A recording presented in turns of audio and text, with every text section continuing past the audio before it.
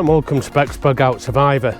We're looking at a webbing designed for a bug out, but more geared towards a camp, a wild camp, using surplus kit. Now, somebody did ask whether it is possible to do a bug out without webbing, and of course it is, but hell, it is uncomfortable. You really want to minimise the amount of kit you got in your pack and get the heavy stuff onto your webbing. The stuff in your pack shouldn't be very much, even for a bug out bag. It's shelter insulation, so a sleeping bag, your bivvy, your basher and things like that, and a warm jumper.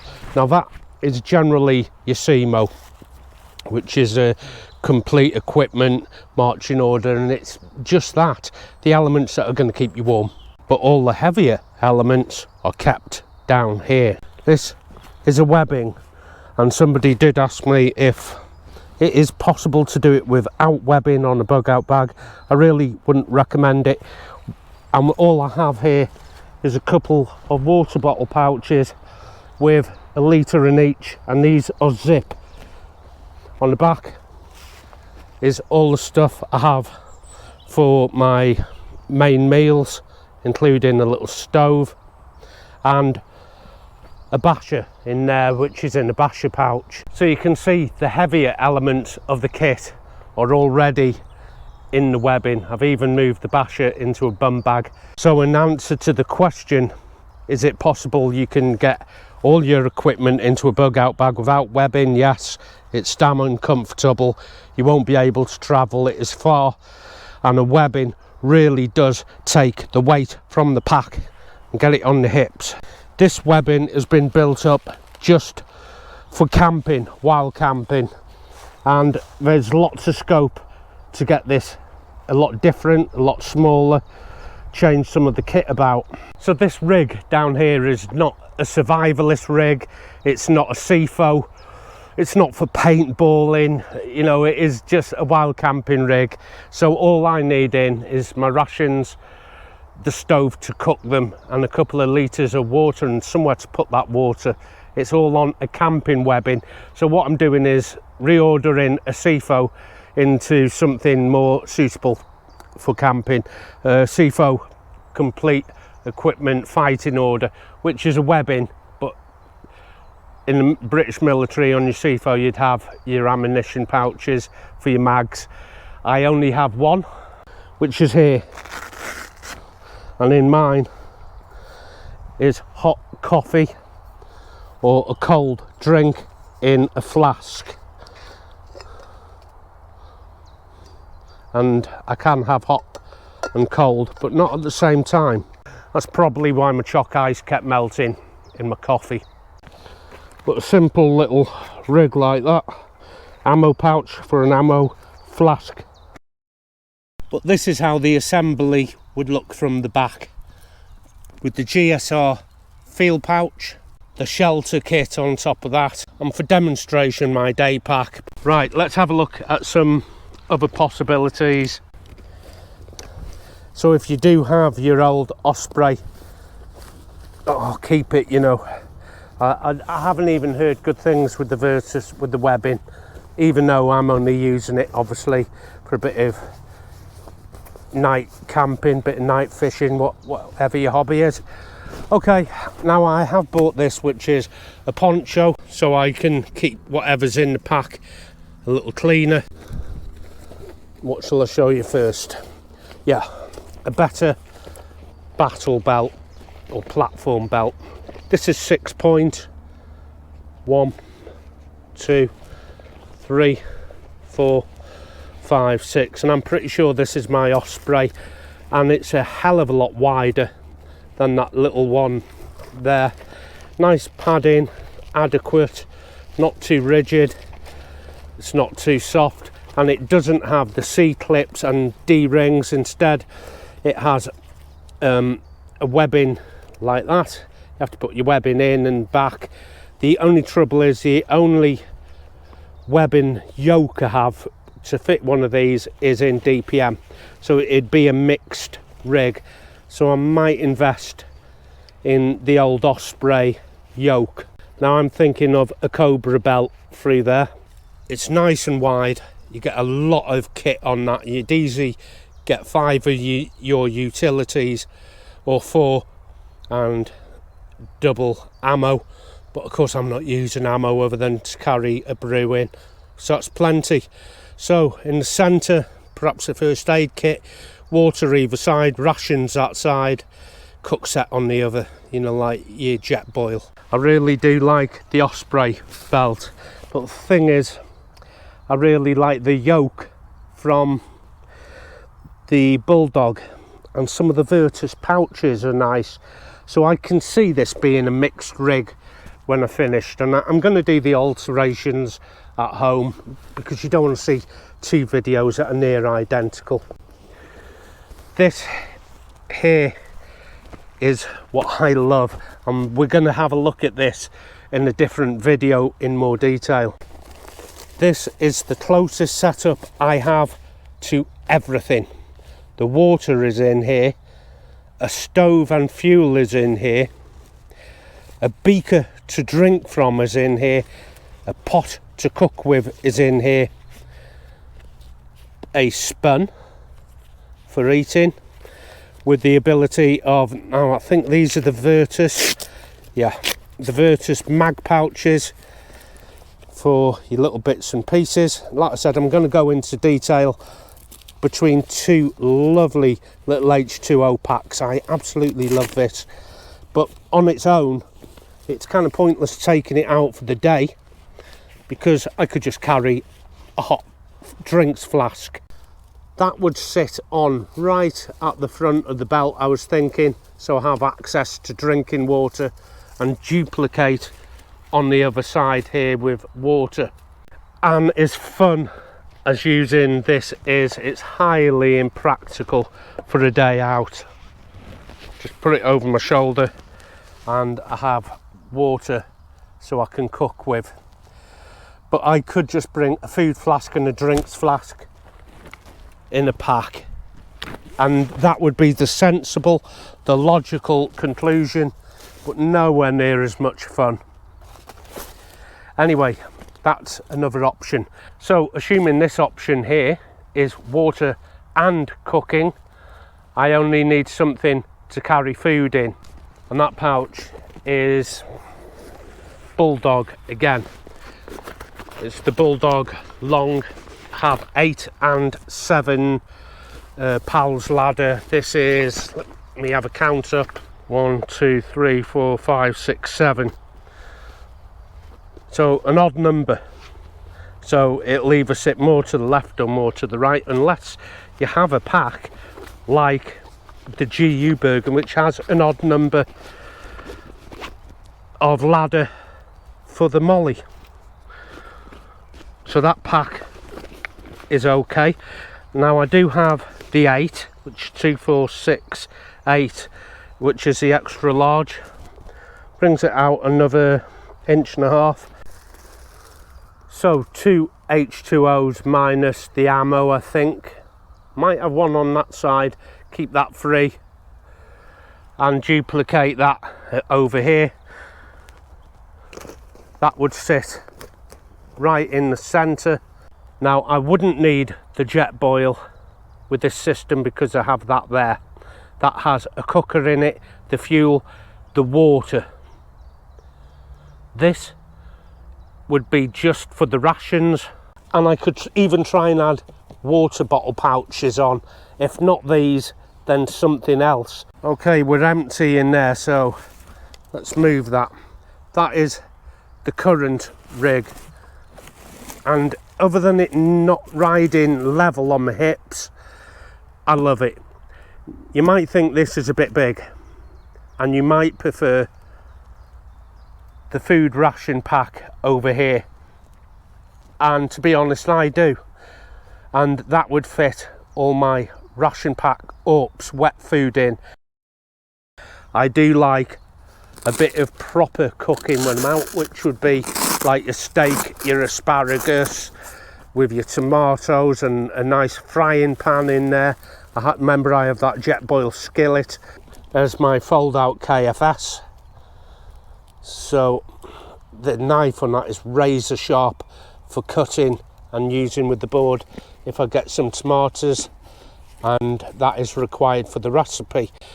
Now, cooking with real food on a camp is becoming a big thing now, and I've been doing it for years, and some people have been very vocal about that I'm using real food and doing actual cooking when there was no need, when I could have had dehydrated food. And I've done videos on dehydrated food. British ration packs I've got by the dozen, so I do use them. And I like them as well. Nice taste, easy to cook, simple, but I also do like a bit of real cooking. I can open up the lid. There's the field pack and the NSN number. But these straps here on the upper lid, I've cut a little chopping board for food preparation. So that is cut to size. And I always really miss a little chopping board when I'm out, if I'm doing real cooking. Some people just bring boil in the bag foods. I do that. Some people would rather have dehydrated, just add water. But for a real bit of cooking, that is a nice size. Got some nice fresh food in that. Asparagus, steak, seasoning, some porridge in for the morning, your coffee. And I've also put on a couple of SA80 mags. That looks like a single, and over here that looks like a triple, so I can get a lot more in that. If I come to the side, I should have a pair of leather gloves to pick up anything that is hot. Inside, on my rations, wet rations from the ration pack. On a different video, I filled that ration pack with God knows how many days worth of rations. It must have been 4 or 5 days easy. Obviously, I had a different stove and that would have been kept in a separate utility. Go watch that video, you'll be surprised just how much that GSR field bag holds. Love a bit of porridge, so I've put mine into a mylar and heat sealed it. Some energy drinks from the British Army ration. The porridge is what I've put in. I put my wet meals in a little baggie with a lighter.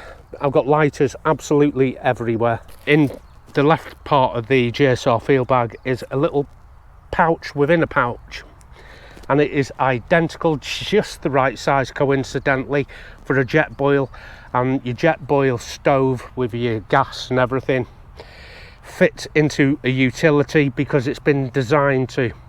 Because it's been designed for ration pack food, which is pre-cooked food in a mylar bag, which you pop into a pot, fill the pot half full of water, bring it to a boil for a few minutes, and then you can eat it right out the bag with a spoon, no need for a plate. So the original jet boil was designed for military application, hence it's in military webbing. Now, if your application for cooking is different, which obviously it could be, you will not have the jet boil, you will have a stove more akin to your style of cooking, as we discussed. But there's a little pouch on the left which is just the right size for that jet boil, and I will get a brew on in a minute. Okay, on top of that GSR field pack is where I'm going to sit my basher. The basher is my rain canopy that should stow absolutely everything I need, including all the bungees, the pegs, and the sleet sheet itself. It is literally just a bag. Now, I am in the process of changing mine, so mine doesn't have the bungees. It doesn't fit very well in here.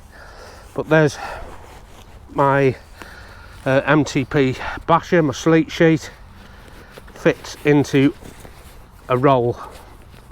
Now, this bum roll does actually fit a Bergen, You can put it anywhere you want. It's on straps, connected on with a couple of ties, and on the back it has a couple of these, one each side, very long straps.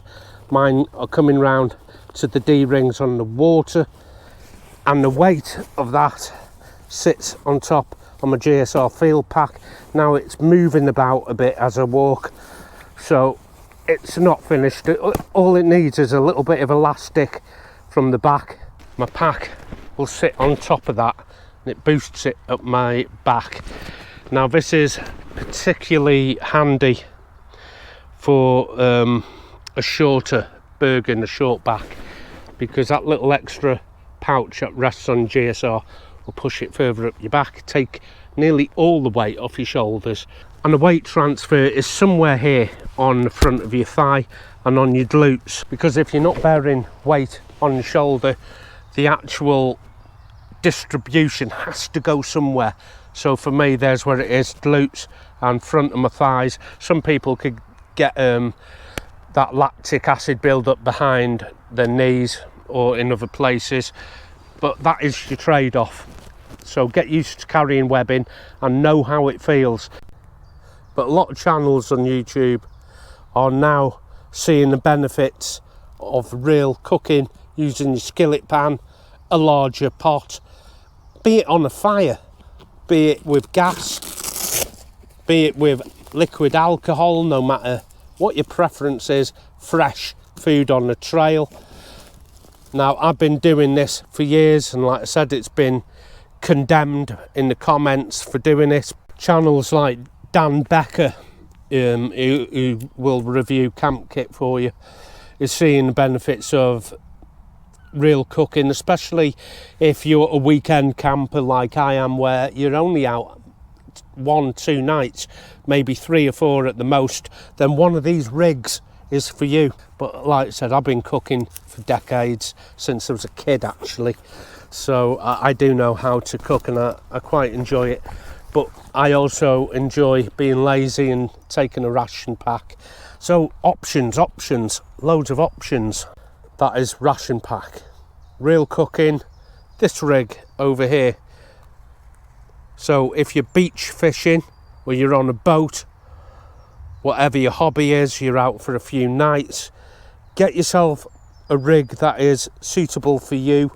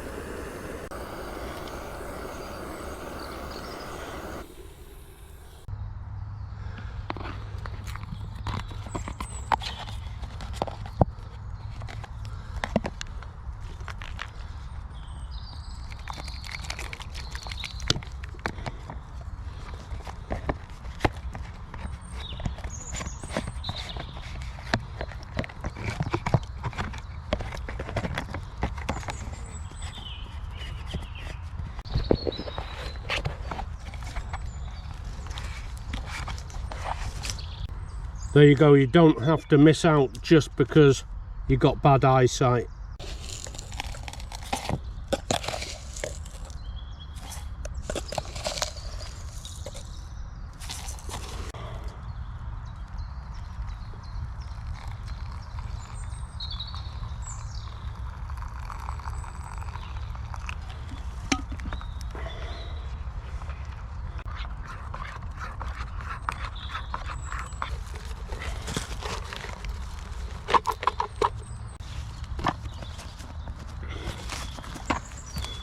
That's good timing. My battery's just about to run out and I'm finishing. So getting your equipment out of the pack, the heavier items, and onto a webbing, I'd recommend, in answer to the guy's question, can I get all my rations and all my water and everything into the Bergen inside? Anything's possible. I could put dumbbells into my Bergen and carry weight unnecessarily. Of course it is. It's possible, but it's just not feasible. So all the weight, as much as you can, onto a webbing. Where is the weight? It's going to be wet food rations. Water is 1 kilo a litre. Then I have the bottles to put the water in. I have the weight of the cook set. Now that little jet boil doesn't weigh much at all in comparison to, say, liquid fuel penny stove, where I would need about half a litre for the same amount of boils. So there's a little look at a couple of orders. One I'm in the process of building up, and the other, well, I've just shown you there, which is for a bit of proper cooking, and the other is for a bit of boiling bag cooking. If your preference is for something else, such as dehydrated, you'll get away with a little penny stove, an alcohol stove, a BRS stove with a gas canister, something really, really small. The only kind of items you do want in your pack is for CEFO, complete equipment marching order, which would be mostly for shelter and insulation. Now you can do that however you want. Now I've told you my method would be something like a bivvy bag, a sleeping bag, and a basher over my head. Obviously some kind of foam or roll pad, up to you, that one. And get yourself nice and cozy with a warm jumper as well, and some waterproofs, because you don't want to get your nice warm jumper wet. It's simple really. And then water, catering and things like that, get on the webbing. So doing a bit of fishing for the night or anything like that, this is the way I do it. Until next time, take care of yourself. I'll see you out there. Happy trails.